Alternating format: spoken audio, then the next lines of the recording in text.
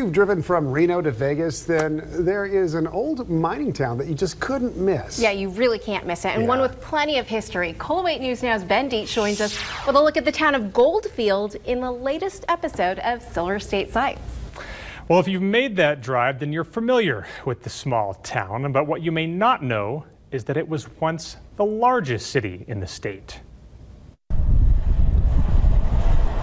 It's hard to find a town with a more self-explanatory name. Goldfield is really one of those boom and bust towns that makes Nevada so famous. Located along US 95 south of Tonopah, the mining town of Goldfield was a destination for miners looking to strike it rich in the early 20th century. George Wingfield made his fortune there. Goldfield is the county seat of Esmeralda County.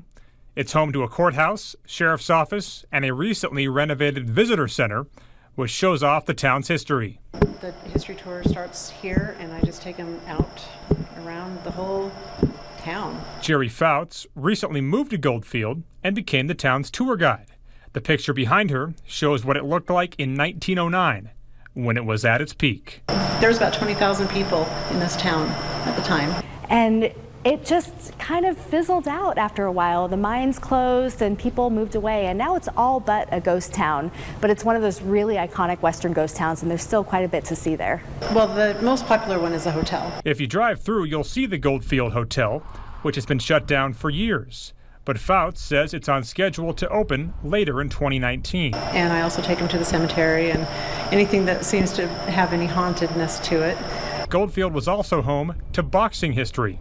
On Labor Day of 1906, Joe Gans defeated Battling Nelson in an epic 42-round fight, which 8,000 people showed up to see, setting the record for largest gate at the time. Well, as the name would indicate, Goldfield obviously is known for its mining, but it's impressive just how much gold came out of what is now a very small Nevada town. Between 1903 and 1940, $86 million worth of gold was mined from here. It wasn't just all the gold being found that caused people to leave.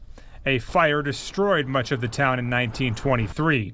And as for today, fewer than 300 people call it home. I think they've stayed here because they like being away from city. I think the old-timers really would rather just keep the town to themselves, which I understand completely. You come here and you just want to get away from people. We need it to be more sustainable. You know, we'd like to have a grocery store here and a gas station and more places for people to stay. But I think we'd rather have a bunch of tourists in and kind of see the place and see it for what it is, and not really have the growth of a population. Now, I'm also told there's a privately owned tour of the Florence mine that you can check out in Goldfield. And there's also one part of the town that I left out of this story, one that art lovers will really appreciate. And I'm going to have that on its own edition of Silver State Sights coming up. Denise? Ben, you always tease us. You always keep us waiting for the next one. Thanks. I thought it was interesting that a few hundred people still live there, because you can't really tell when you just drive through, obviously. And $86 million of gold? Wow, that's insane. Esmeralda County is a big county. They drew it when there were a lot more people there. So now, you know, it's not a lot of people left, but it's a big county in Nevada. Yeah. It's interesting. Quite a story. Yeah, absolutely. Weather-wise.